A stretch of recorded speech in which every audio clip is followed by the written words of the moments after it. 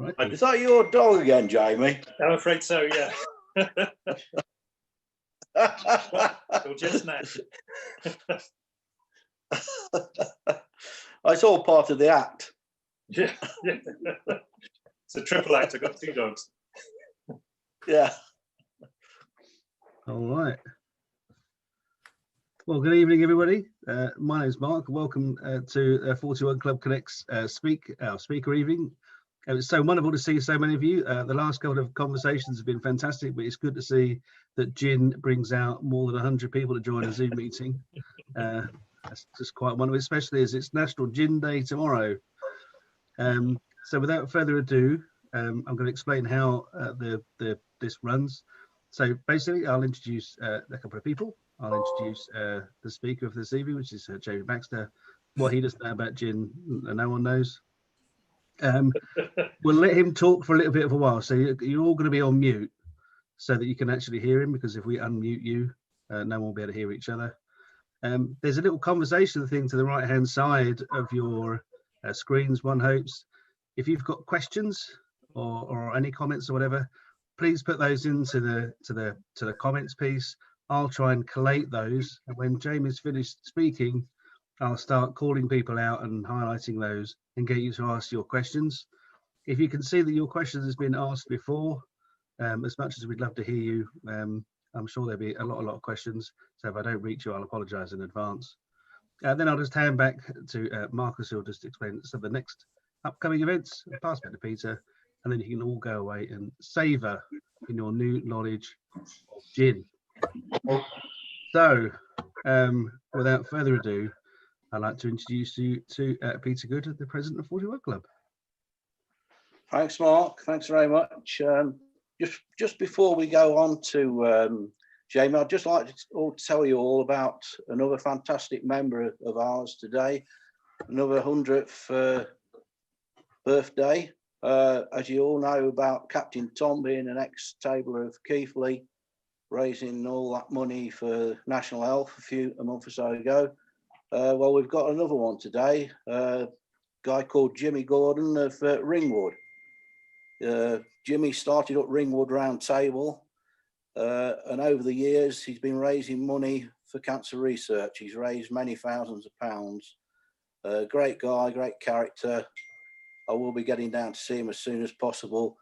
I sent him a card, and I also sent him a message on email today, which the chairman went and delivered to him this afternoon.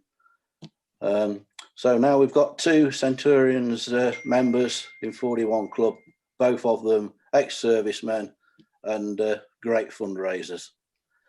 Right, now we'll get on to what we're here for. I'd like to introduce Jamie Baxter, who is a world-leading expert distiller of gin, well, white spirits actually. He travels the world tasting and exploring, finding new drinks, and also judging a lot of drink competitions. Sounds a bit like myself actually, but he's getting paid for it. You make it sound much more glamorous than it is. So I'll hand over to Jamie, who's going to give us a talk about gins around the world. Thanks, Jamie. Thank you. Hello, everybody. Somehow I can't see you, so it feels a lot safer actually at this end. I can only see me, which is slightly disconcerting anyway. So I must apologise before we start for my haircut, but I guess most of you are in the same boat anyway. So my name's Jamie Baxter. I'm the master distiller for 45 West, Distiller's Kitchen, and Craft Distilling Services Limited. And with that business, Craft Distilling Services, we build distilleries for people. So I think I've built 40 distilleries now in the UK, out of about 700 in total. Most of those make gin, but not all of them, but most of them do. Just because sort of gin is quite trendy at the moment, and for reasons that we'll go into in a bit, it's a sort of relatively cheap product for people to get into in terms of the capital expenditure and the equipment that you need to make gin. One of the big advantages of white spirits is that they don't need to be aged for a long, long time like whiskey does. In Europe, whiskey has to be aged for 3 years and a day before you can call it whiskey. Whereas gin and vodka pretty much as soon as it's made, you can pop it in a bottle and sell it straight away. As 45 West Distillers Kitchen, we're honoured to have been asked to distill and produce a gin for the 41 Club, and hopefully some of you at least have got hold of a bottle. And before we go on, I know most of you will want to get drinking this thing, so I thought I'd show you how to make a good gin and tonic. But this gin, I should say before we start, has 11 botanicals in it. It's got juniper berries, which is the only one that legally has to be there. If it doesn't have juniper in, then it's not gin legally. And juniper, of course, is the defining ingredient within any gin. And the legislation says that juniper shall be the predominant flavour. So it's quite a weak and wishy-washy piece of legislation. It doesn't say it must make up 51% of your botanical mix or something like that. It just says it must be the predominant flavour. So if it doesn't taste mainly of juniper, then it's not gin properly. The second botanical we use is coriander seed, and that's probably, well, it definitely is the second most widely used botanical in all gins. I really struggle to name a decent gin that hasn't got coriander seed in it. Usually it comes from Morocco or Bulgaria, but Morocco's got some problems, and so the Bulgarians are shorting everybody and pushing the price up. So we actually use English coriander seed. It's grown in Sussex. And it's slightly problematic because we only use the seeds. And if it rains just before harvest, if a raindrop hits the plant and the seed goes on the ground, that's it, it's lost. So, and we do get rain in this country every now and again. I live up in North Wales and it's just started bucketing down just next to the window here. So coriander seed is a really important botanical used in gin. The third one is an interesting one, Angelica root, again, traditionally from northern France or Belgium. And Angelica root gives some lovely earthy flavours to the product, but it has this magical property of acting as a fixative and locking the flavours in. So you can make a really nice gin, but if it hasn't got a fixative, then within sort of a few weeks, the flavours just dissipate, even into the headspace in a sealed bottle. So a fixative is quite an important ingredient. And there are two which are commonly used in gin. The traditional one is Angelica root, which we're using in this one. And we're also using the other one as well, which is orris root. I don't know why they call it orris. It's the dried root of the iris plant that you see growing in borders. Although it's the Florentine iris, which is white rather than the more common purple one, I think. And the root, and so that's where it comes from. It comes from the Florence region of Italy. And the root is dried for 5 years before it's hard enough to grind into this fine, creamy, off-white powder, which is how we use it. And that's the one that gets me into all sorts of trouble at airports, it has to be said. So orris root, again, has this fixative effect, but instead of being rooty and earthy, it's really quite floral. It tastes like those horrible Parma violet sweets. You have to be quite careful with it if you overuse it. If you put a bit too much in, it can dominate everything. The flavours distill across very, very strongly. But it's not unusual in gins. Brands like Hendrick's are very strong in it, and Martin Miller's gin, for example. The next one we use is cardamom seeds, widely used in Indian cookery. And this is distilled in Leicester, of course, where there's a good, big Asian population of Indians, Pakistanis, and Bangladeshis, and cardamom seeds widely used in the cuisine there, of course. It's a lovely, fragrant, warm spice. The next one we use is cassia bark. Sorry, I'm just getting licked on my legs by the dog, so it's a bit off-putting. The next one is cassia bark, which is not perhaps widely known. It's sometimes called China cinnamon, so that tells you what it's like and where it comes from. It's a bit like cinnamon's sort of naughty younger sibling. It's a bit rough around the edges, tastes similar. I don't know if you remember that red chewing gum called Dentyne, but that tastes just like cassia. But it's a lovely one. I much prefer it to cinnamon, actually. Cinnamon's a bit one-dimensional. Cassia has got a bit more going for it. And then the citrus element we use in this gin is fresh orange peel. So those 7 botanicals actually are not that unusual in gins. The last 4 are, and they were inspired by a walk in the woods next to the distillery. So we have dandelion root and burdock root, obviously used in a well-known soft drink in this country, but quite unusual in gins, although there are a few more now using both of them. but I think our product was pretty much the first. Elderberries, which is the Latin name is Sambuca, but it's got nothing to do with the drink Sambuca. And silver birch is the last one. You won't tell from my accent that I'm half Scottish, but I'm also half Austrian. And my mother on the Austrian side used to go in the woods behind the house when she was a little girl and tap a tube into the silver birch trees and collect the sap that flowed out. And then my grandfather used to ferment that into a really horrible silver birch wine. So using the silver birch was a bit of a throwback to Finland. Anyway, without further ado, let's get on to making a gin and tonic. The easiest way to improve your gin and tonic when you make it at home is to use lots and lots and lots of ice.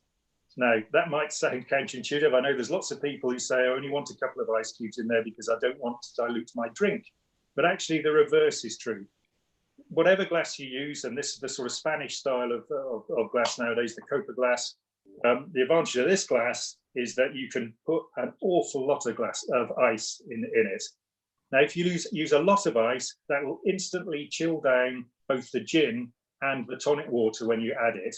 And because it gets so cold very rapidly, it stops melting. If you only put 2 or 3 ice cubes in there, then those ice cubes will melt quite rapidly and dilute the drink. I'm supposed to say this, so obviously we're all supposed to drink responsibly. Even at home, it's well worth investing in a measure because you'd be very surprised how big the measures you pour yourself at home are. Apparently, the average size is a quadruple. Okay. So always measure your spirits. Whichever glass you use, whether you like the more traditional sort of slim gin glass or one of these fancy new Copa glasses, just fill it absolutely completely with ice.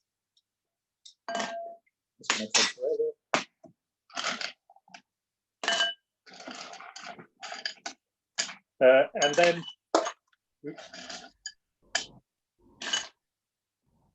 pop your tonic water in.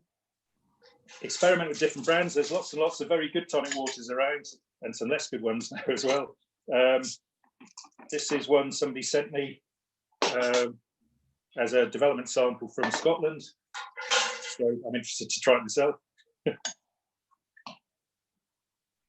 it's up to you how much tonic water you add. Fever-Trees try and say that if you that your gin and tonic should be 3/4 tonic and 1/4 ice. I much prefer a little bit less tonic water than that. One nice little tip is to get a bit of orange peel or lemon peel or lime peel and just rub it round the rim of the glass. Spritz the oils in there as well. And you'll find that when you then bring that up to your mouth and to drink it and your nose, you'll get lots and lots of orange or lemon flavors. And because the orange is the citrus botanical in this particular gin, it's quite nice to garnish it with a slice of orange, but use whatever you fancy. It doesn't even have to be a citrus fruit. You know, people use apricots, people use sprigs of rosemary, just use anything. Anyway, use whatever you like and experiment. That's the important thing. So cheers, here's a gin and tonic.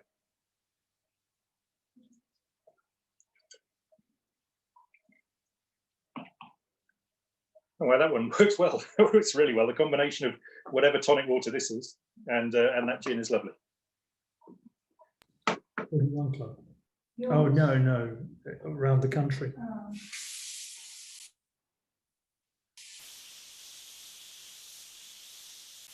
Anyway, cheers, everybody.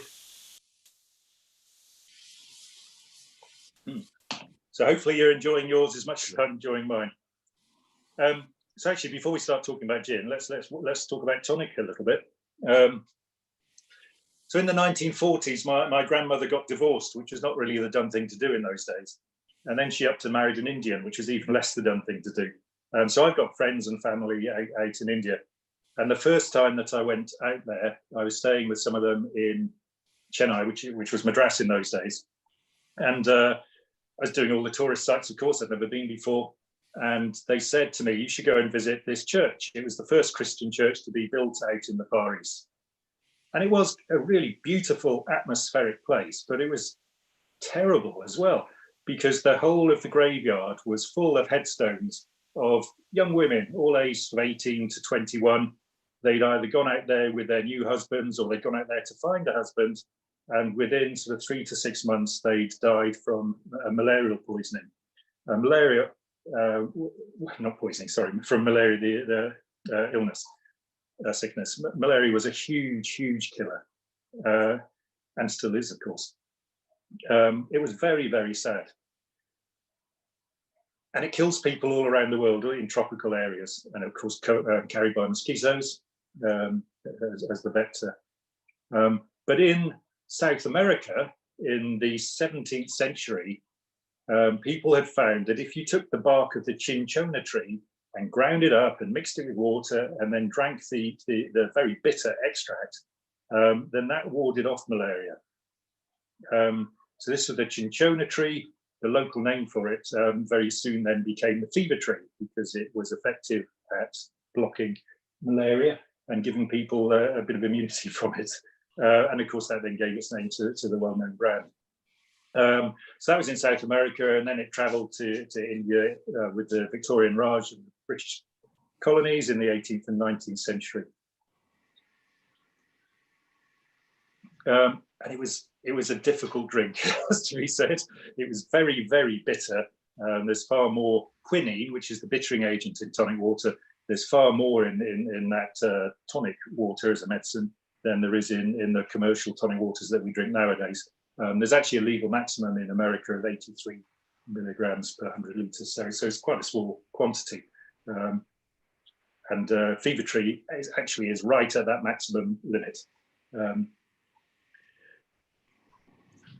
So the first commercially branded tonic water, of course, is Schweppes. Mineral waters were being drunk for their health properties for many, many years in Europe. There are spas which have natural effervescence, and these Seltzer is a town, a spa town, of course, in Germany, and the spa in Belgium. So the waters bubble up and they're naturally carbonated. And then a famous scientist and priest called Joseph Priestley, and he's credited with discovering oxygen, because people had found it before that.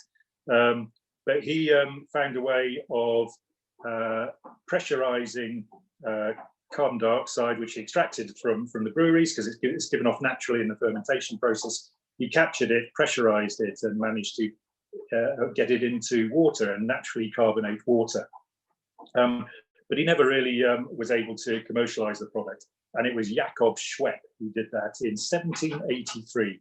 So the first commercial mineral waters were produced then. In 1793, he moved to London and built a factory there. And the original ones were supplied in a sort of like a hand grenade shaped bottle, and they were designed that way so that you couldn't make the bottle stand upright like this. It had to go on its side because it had a pointed end, and the reason for that was that if the cork got dry and dried out, then it couldn't withstand the pressure and the cork would start flying out.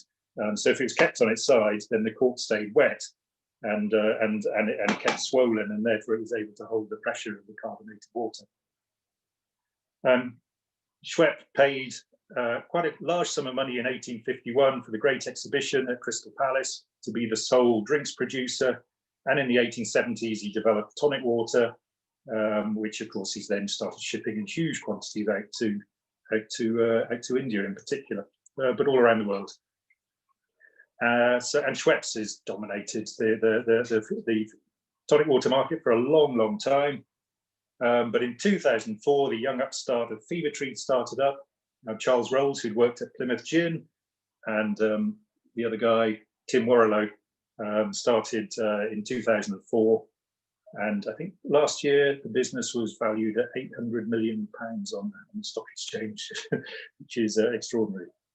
Schweppes now is owned and at least marketed and sold and produced under contract by Coca-Cola in the UK, whereas in different countries around the world it's marketed by other companies.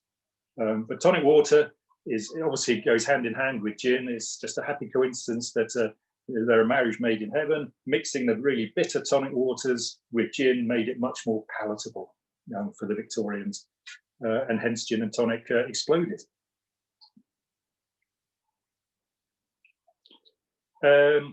So that's gin and tonic. 90% of gin in this country is drunk as a gin and tonic, and 10% is drunk as fancy cocktails. So if you're developing a gin, then it's really, really important that it works as a gin and tonic.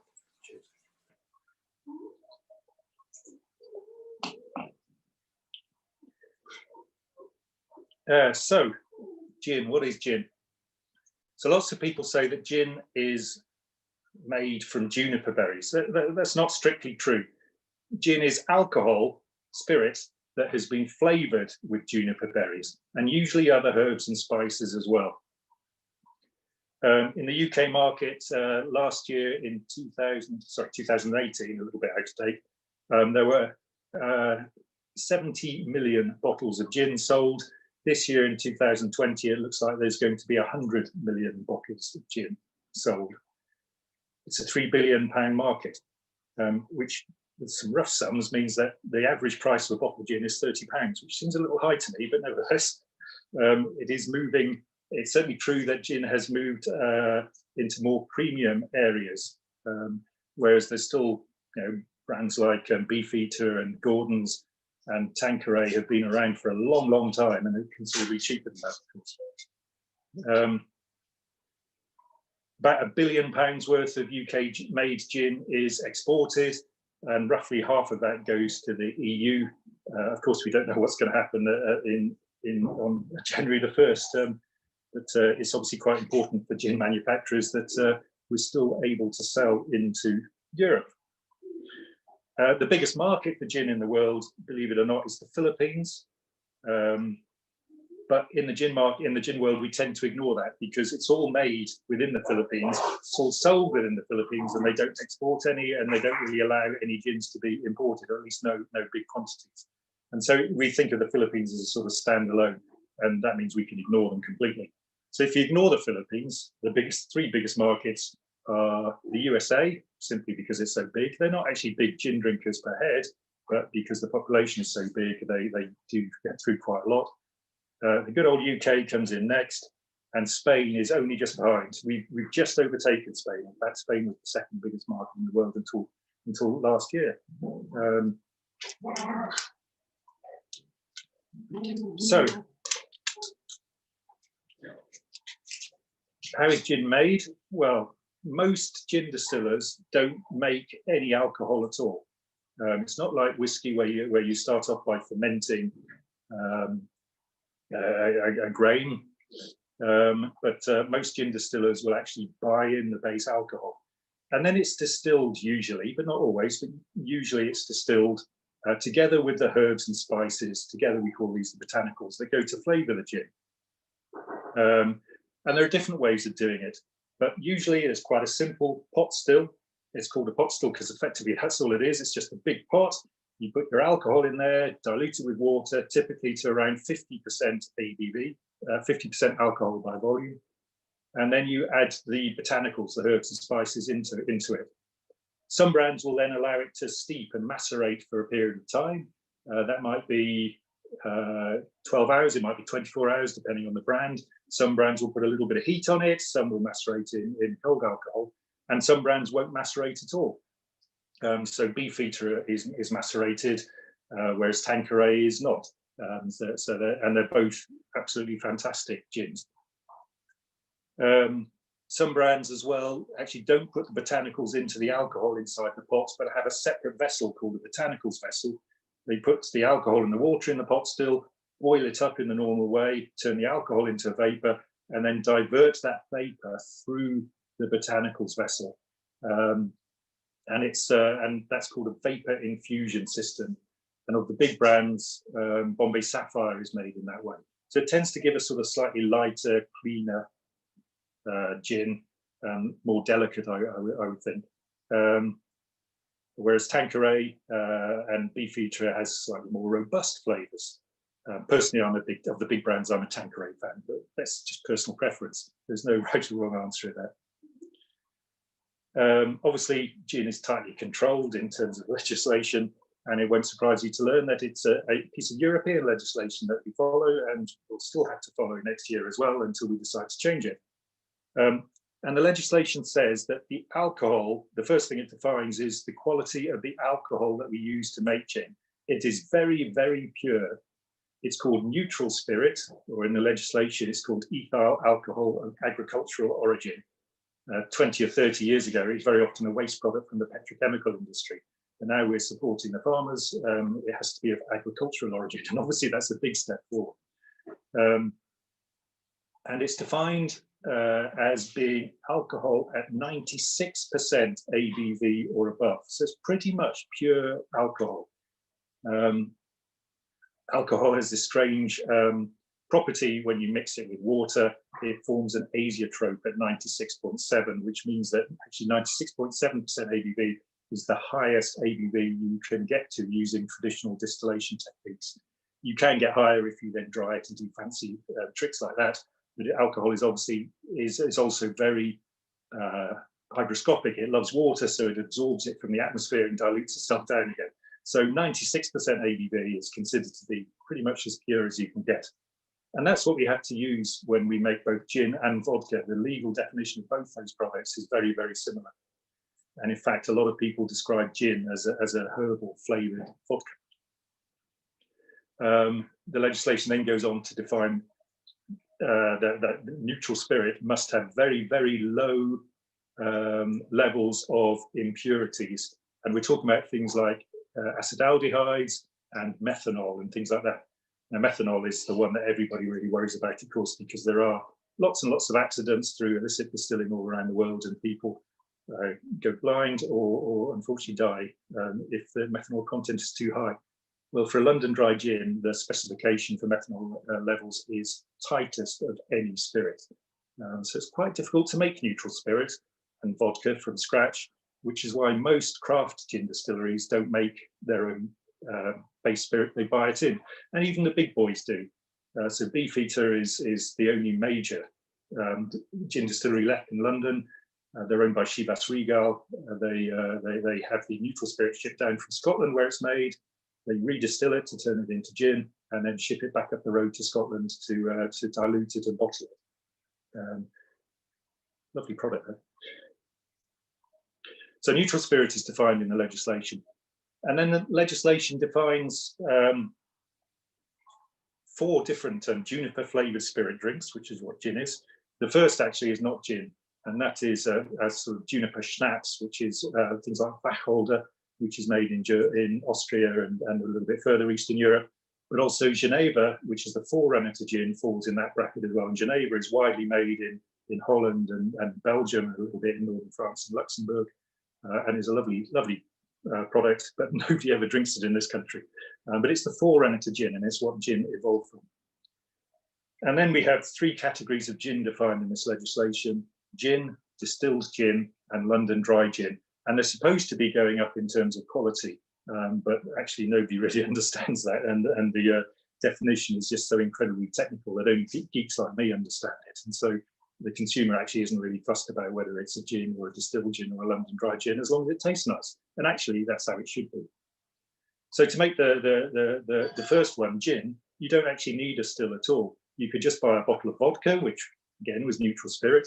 You could add some herbs and spices to it, and as long as that included juniper, if you leave it to macerate for a little while and then sieve those out, you'll end up with something that tastes a little bit like gin. It'll be straw coloured and a little bit rough around the edges, but it will definitely be ginny. And we call that in the trade a compounded gin, and sometimes it's marketed as bathtub gin. And that goes back to Prohibition times in America in the 1920s, when very often the bathtub was the biggest vessel they could find to do and carry out this maceration process. The bathtub gin, just because it's a bit unusual, tends to be quite expensive nowadays for some reason, even though theoretically it's one of the easiest and cheaper products to make. The second category of gin is distilled gin, and as the name suggests, in a distilled gin, you have to distill it. But with a distilled gin, you're allowed to add something to it afterwards. So a couple of very well-known brands, I mentioned already actually, Hendrick's and Martin Miller's gin. Both of them include cucumber and rose petals as part of their botanicals mix, well, they don't distill very well. There's no oil in a cucumber, and it's the oils that go to flavour the gin. So those two particular flavours in those products are added after distillation in the form of a flavouring or an essence. Now, because something's been added to it after distillation, that means they're not allowed to call themselves a third kind of gin, which is London Dry Gin. As I said, this is supposed to be the gold standard. A London Dry Gin, all the flavouring has to come from the distillation process. And we're not allowed to add anything to it after distillation except water to dilute it down to bottling strength. And this 41 Club gin is a London Dry Gin. It gets really technical and geeky after that. There are lower levels of impurities allowed in a London Dry Gin than in the other gins as well. But, who cares? Then there are other types of gin actually which are not defined in legislation. Things like Navy strength gin, which is gin sold at 57% ABV or above. Everybody knows that in the Royal Navy, the sailors were given a tot of rum every day. It was 1/4 of a pint actually, so that was quite a generous tot. But actually the officers were given gin because there was much more of a genteel product. But whether it was rum or gin, it had to be kept locked away from the sailors. And on these wooden sailing ships and warships, the only place they could find really to store the alcohol under lock and key was in the gunpowder store, because that was also locked up. And this created a potential problem, because if a wooden barrel full of gin or rum sprung a leak, then the gunpowder would get damp, and you'd sail into battle against the French and try and fire your cannons, and the things wouldn't fire. So they got around that problem by carrying the alcohol, the gin, at 57% ABV or above. At that high strength, even if the gunpowder is absolutely saturated with the gin, it'll still ignite and the cannons would still fire. And before we had all this fancy equipment for testing the ABV and testing the strength of the finished product, that's how they used to test it. They used to, when drink was being smuggled in across the English Channel, they used to mix it with a gunpowder, and if it's still ignited, then that was said to be 100 degrees of proof. And that's where we used to talk about 100 proof products. So 100 proof is equivalent to roughly 57% ABV in the UK. In America, it's different. They just double the ABV. Where I would say, so to convert proof to ABV in the UK, you multiply it by 4/7, which is a great fraction. So that's Navy strength gin. Nowadays, very popular are sort of these pink, fruity flavored gins. I have to say it's not necessarily my cup of tea, but they now make up 30% of all the gin drunk in this country. So they're very, very popular, and they can be very natural, made with real rhubarb or real strawberries or real raspberries or whatever. But many of them are really quite artificial, just flavouring and colouring added to it, and sometimes quite a lot of sugar as well. But they are very popular. Then there's Old Tom gin, which is a historical type of gin, really from before the 1830s. Old Tom gin is nowadays tends to refer to a gin that has been sweetened slightly in some way, either using sweet botanicals like licorice, or indeed just using sugar or honey or maple syrup, even somebody's doing now up in Aberdeen. Old Tom gin is it really is before this neutral spirits, before it was possible to make that, which is the 1830s. The alcohol was a little bit rough around the edges, and so adding a bit of sweetness to it sort of hids these rough edges slightly. Sugar was expensive in those days, so usually sulfuric acid was added into the pot, which does sweeten the alcohol, but has some unfortunate side effects as well. But Old Tom tends to refer to a sweetened style of gin. It's not actually defined anywhere, so you could put Old Tom on any bottle of gin if you wanted to.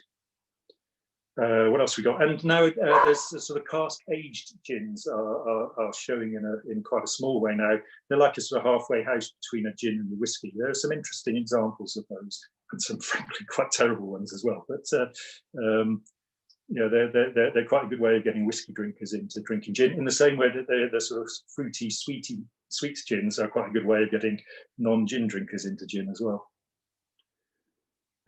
So lots and lots of different kinds of gin.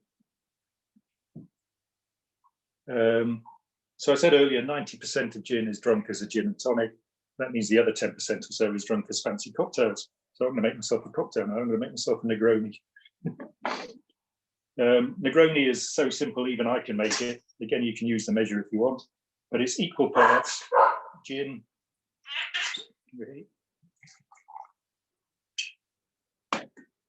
sweet vermouth, so something like Martini Rosso, Italian vermouth, same quantity, and finally the third component, bright red Campari. Nowadays, I think this is artificial colour. It used to be cochineal, which was ground up beetles, so not very vegan. So that's equal parts of the three. Loads of ice.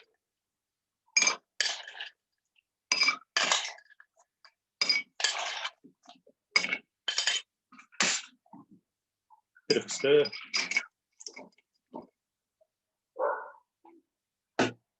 And traditionally, this would be garnished with a wedge of orange.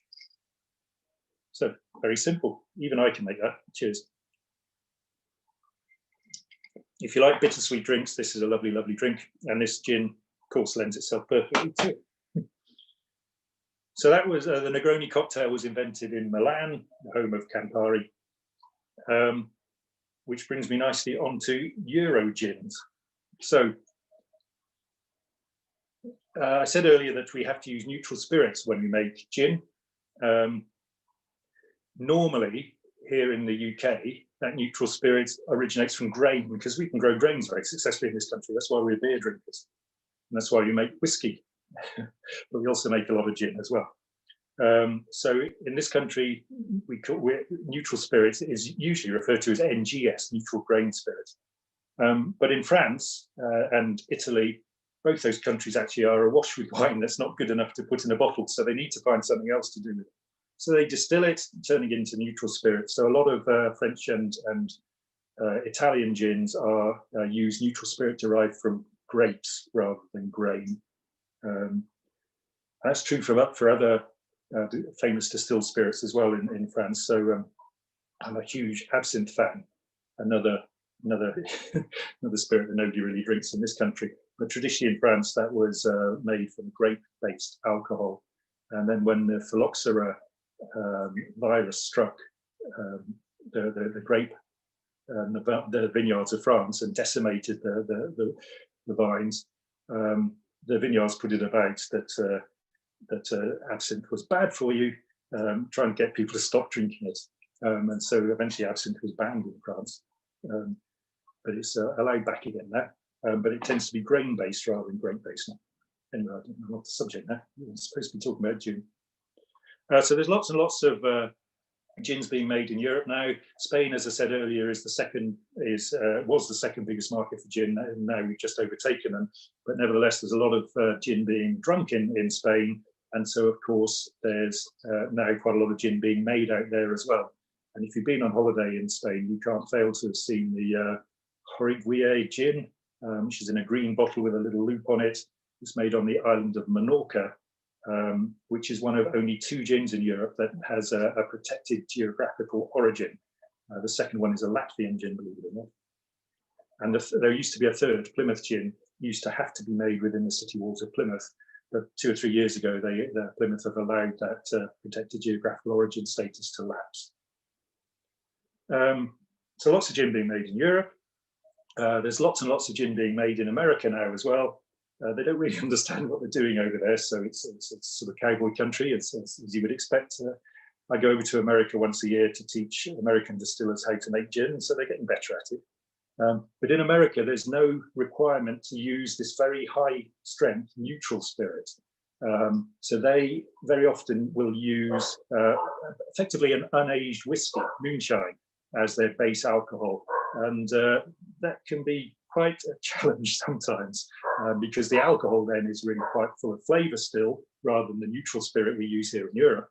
And so it can fight sometimes with the botanicals. Not all American gins are like that, I have to say, but some of them are. And because they're not allowed in America to put as much quinine in their food products as we are here in Europe, American tonic waters tend to be quite low in the bitterness of the quinine, and they tend to taste more like lemonade. And gin and lemonade is not a particularly nice drink. You need that bitterness from the quinine to cut through the rich oiliness of the juniper and the gin. So to counteract that, a lot of American gins have toned down the amount of juniper in their recipe. And so much so, this is now being called a new category of gin called New Western style, which I always annoy them by saying that's just American for badly made gin. But really it's because the tonic water isn't totally good. There's more and more gins now being made in Africa and India and the Far East in general. Japan is even getting in the game now as well. And obviously here in the UK, where gin originated from, it goes hand in hand really with the colonial era. And a lot of the botanicals that we use for gin are being shipped in from all around the world. So from places like India and Africa. So it's only natural now that these gins are being made over there as well. I said earlier, I build distilleries for people. Well, I'm trying to work out how to get to France at the moment, because we've got a still ready to be installed in the south of France near Marseille. And then in a couple of months' time, there's another one in Kenya, which will be good fun. I've never been to Africa before, so that's going to be a challenge. And looks like we've just landed a project in India as well. So that will be good fun.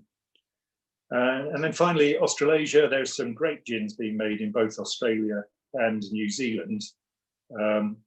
New Zealand is pretty much the only country in the world that doesn't have any restrictions on distilling at all. So you don't need to be licensed, you can just go ahead and distill.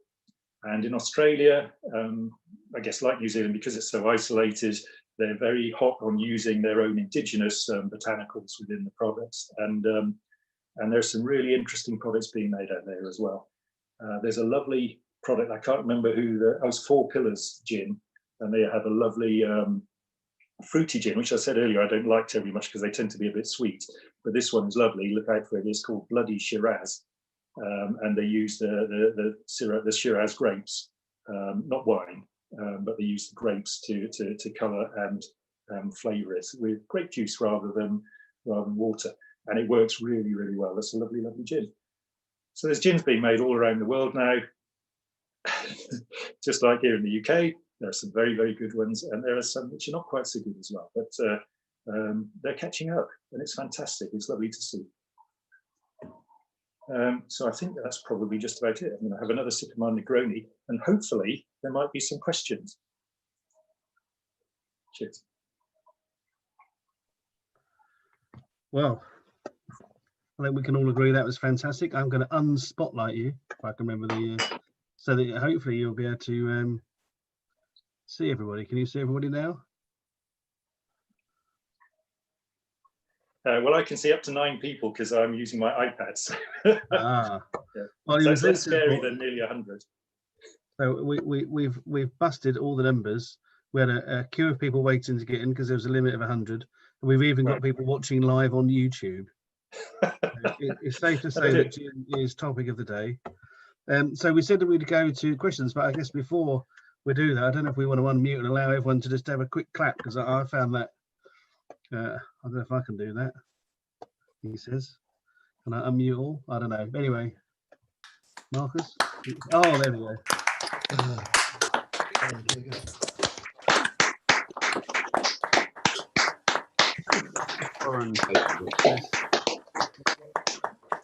That's very kind, thank you. It's not often you get to ugly four corners.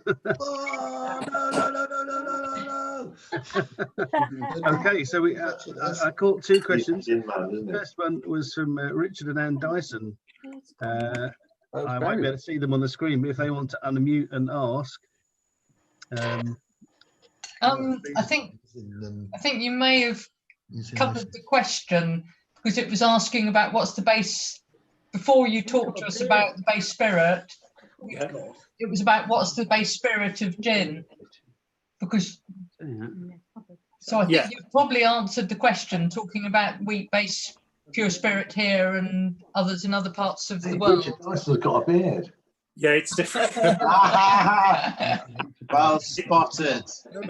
Yeah, obviously there are different rules for the base spirits. Those all around the world. What? That's okay. Got a beard. Mm.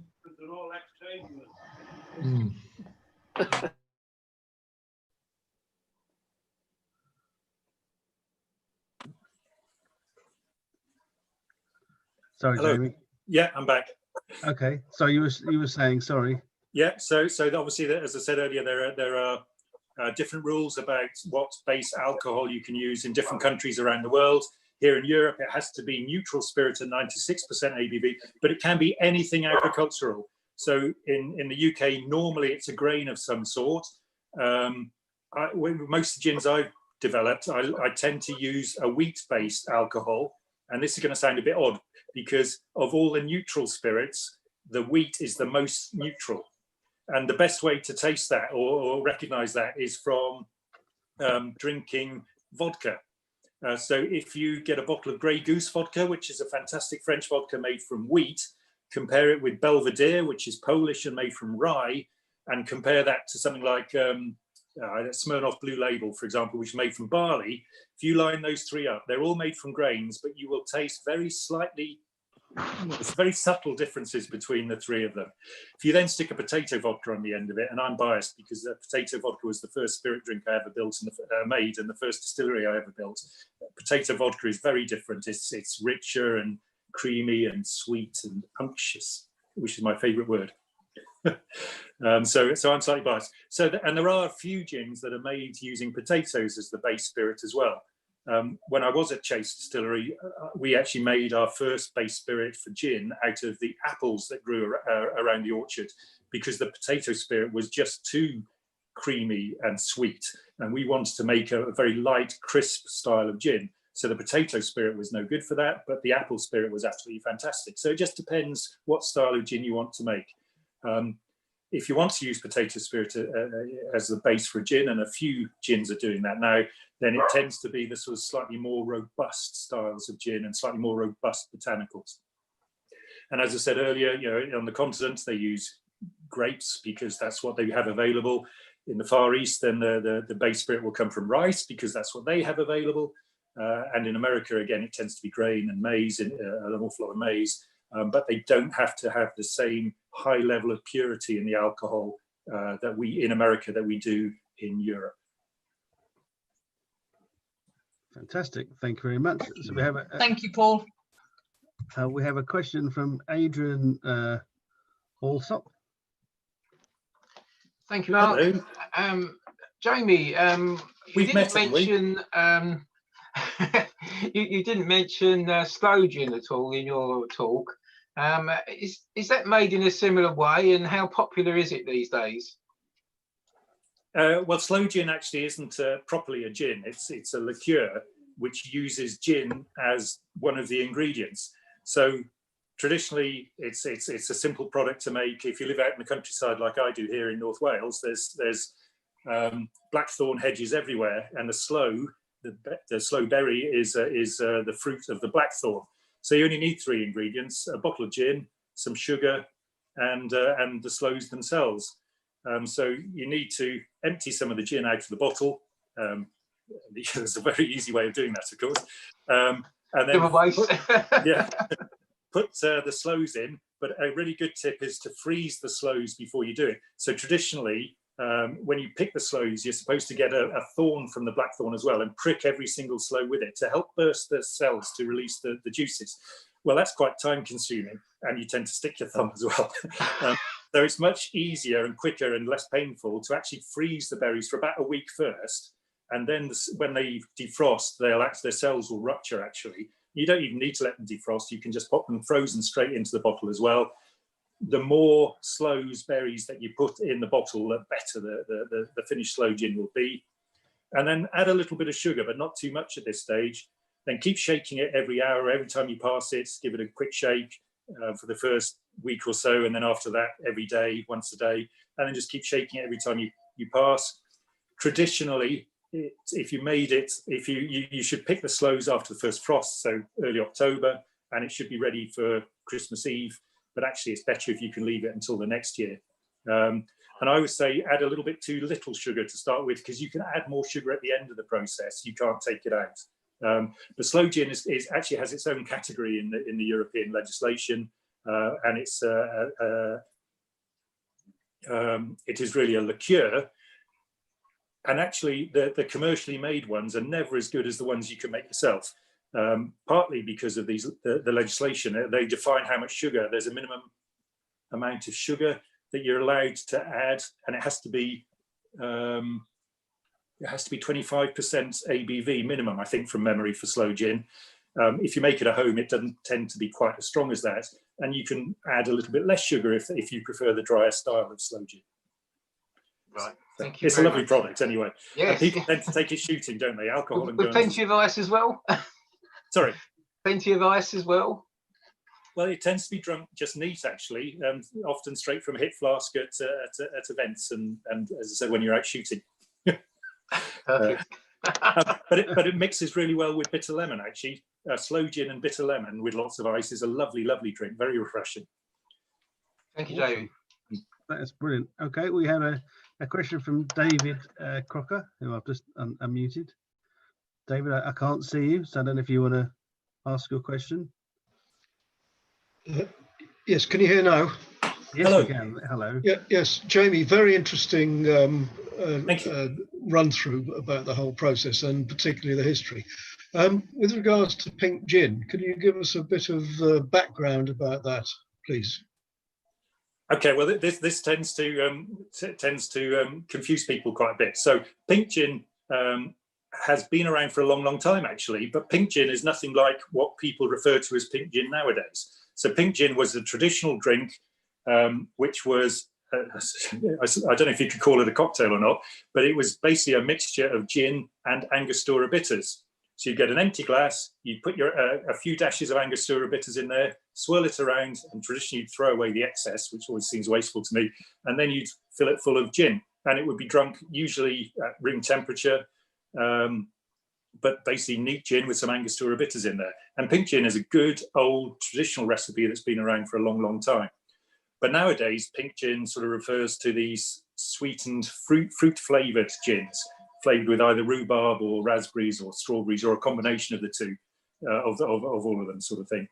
So actually, it is quite confusing, because that's what people nowadays think of as pink gin, whereas pink gin is a good old traditional drink. And I think traditionally it was made with Plymouth gin rather than other brands, but I'm not 100% certain on that, to be honest. Thank you very much. Welcome. Perfect. Now we have Jill Harris, if I can get to her. I'll have to unmute you, Jill. Unless you can unmute yourself. Yeah, unmute myself, it's all right. There we go, perfect. Hello. Hello, Jamie. Thank you so much again. A really interesting talk again. I'd like to ask you, what is your favourite gin cocktail? Oh, well, it varies, to be honest. I do like a Negroni. It's if you like bitter drinks, then the Negroni is a great one. But I do like Campari and soda as well, as a less alcoholic, longer drink when it's very hot and sunny, which is not always the case here in North Wales, it has to be said. There's also a sort of halfway house between those two, which doesn't contain gin, so I don't know why I'm mentioning it, but it's called an Americano, and it's Campari and the sweet vermouth, and again topped up with soda water. So again, not particularly alcoholic, so really quite a nice long summer's drink. But I do like the Negroni as a gin cocktail. I like a good martini, and there's a variation of a martini called a Gibson martini, which I seem to be drinking quite a lot of at the moment. And a Gibson martini, it sounds horrible because you include a spoonful or two of the liquor from pickled onions, a little bit of white vermouth in this one, so the French vermouth, the dry one, and of course mainly gin. Stir them all together with lots and lots of ice, and then strain into a martini glass, and serve it traditionally with a couple of silver skin onions on a cocktail stick. Yeah. So the Gibson's a lovely variation on the martini. It sounds disgusting, but it works really, really well. My son drinks it. Oh, really? So I do that one, yes. Yeah, I actually like it with a spoonful of pickled onion juice, and also a spoonful of the juice from what are they called, gherkins. Gherkins. And that's quite nice. It's not quite as vinegary. There's a really old, again, another martini variation called the Ford cocktail, which I can't quite remember what's in there. It's got a spoonful of Benedictine, again the white vermouth, gin of course, and there's another ingredient which I can't quite remember what's in there. But it's a beautiful, beautiful drink. But there are more traditional cocktail recipes written for gin than there are for any other spirit, because gin's got such a long history. It's been around for a long, long time. The Benedictine, the full cocktail. Sorry? Benedictine. Yes, Benedictine, yeah, that's right. Bee's Knees is another really nice honey flavoured cocktail, a gin cocktail. That's lovely as well. There are just too many to mention, to be honest. I just like gin. Thank you very much indeed, and thank you again for a really interesting talk. Pleasure, thank you. Okay, thanks, Jill. Okay, so someone called Ken Wilson has his hand up. So I mean, this will be the last question before we try and wrap up and so go and have their gins. So I'll just unmute you. Can you hear me? Like to ask a question. Oh, hi. Hello. Can you hear me? Yes, we can. Right. All I was going to say was, I spent 30 years in Africa. Have you heard of Malawi gin, Jamie? Yes. Yes, I have. Amazing. And you know what that sells for now? You speak about your £30 a bottle. Malawi gin sells for about £3.50 a bottle. And it's really good, but it's basically because it's 1,000 to 1 on the pound, and it used to be 2 to 1 on the pound. So every time the currency changes and the gin goes up in price, it's still £3.50. Yeah, you also have to remember that gin and all spirits in this country are very, very highly taxed, it has to be said. So on a typical bottle of gin like this one, 700 millilitres and 40% ABV, the amount of duty on that is £8.05, and we have to pay VAT on top of that as well. So there's pretty much £10 of this bottle of gin is taxed for the government. Move to Malawi. Yeah. Malawi sounds lovely. Okay, that's amazing. So I'll just thank you so much, everyone, for your questions. I'll just hand over to Marcus. Good evening, all, and really appreciate the attendance tonight. I mean, we literally had 107 people watching between this platform and YouTube, and myself and Mark had to work very quickly as we reached capacity. Just really a note of thanks, but also to just quickly tell you about events that are going to come online in the next few weeks. Next week, we've got Dementia UK, and we have two of the Admiral nurses who are going to come online and talk about the effects of dementia, but also the work that Peter's doing, National President Peter Good is doing with Dementia UK, which is very, very important.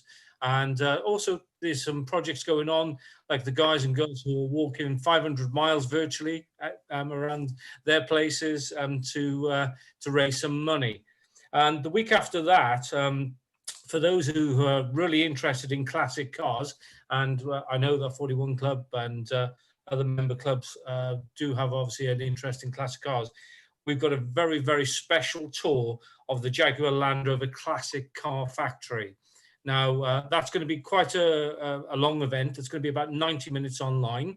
But I promise you that'll be something quite special. Mark and I are going to work on how we can raise the limit so we can have more attendees for that, but we will live stream that. And for those who love their TV programs, we have on the July the 2nd, Dean Andrews, actor of Ashes to Ashes, Life on Mars and Emmerdale, and he does several voiceovers. And Dean has done a bit of work for me in the past on Charter Night, and he's a great guy, Yorkshire lad, and he'll be very entertaining. So the next 4 weeks, you've got something every week to look forward to. And as always, I'll say thanks to Mark for his support and obviously coordinating tonight.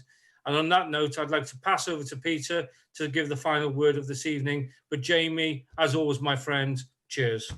Cheers. Thank you very much. Peter, over to you. Right, can you hear me, guys? Yep. Yeah. Right, well, thanks very much, Jamie. As usual, absolutely brilliant. You did actually mention two other drinks in your talk that we're hoping to be. I don't know whether Graham's been talking to you yet. Not yet. Well, we're hoping to bring out two more drinks for 41 Club, a flavoured vodka and a spicy rum. Lovely.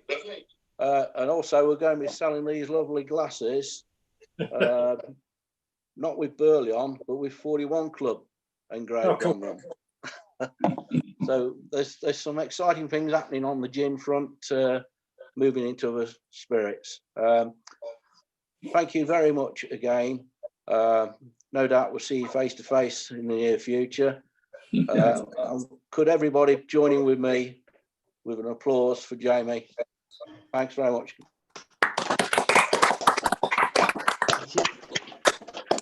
Thank you very much. Thank you all for attending. It's been brilliant. Great turnout tonight. Fantastic. Yeah, thanks very much. Thank you. Thank you, Marcus. Peter, see you on Wednesday, Peter. Yeah, Cheers, guys. Bye-bye. Thank you.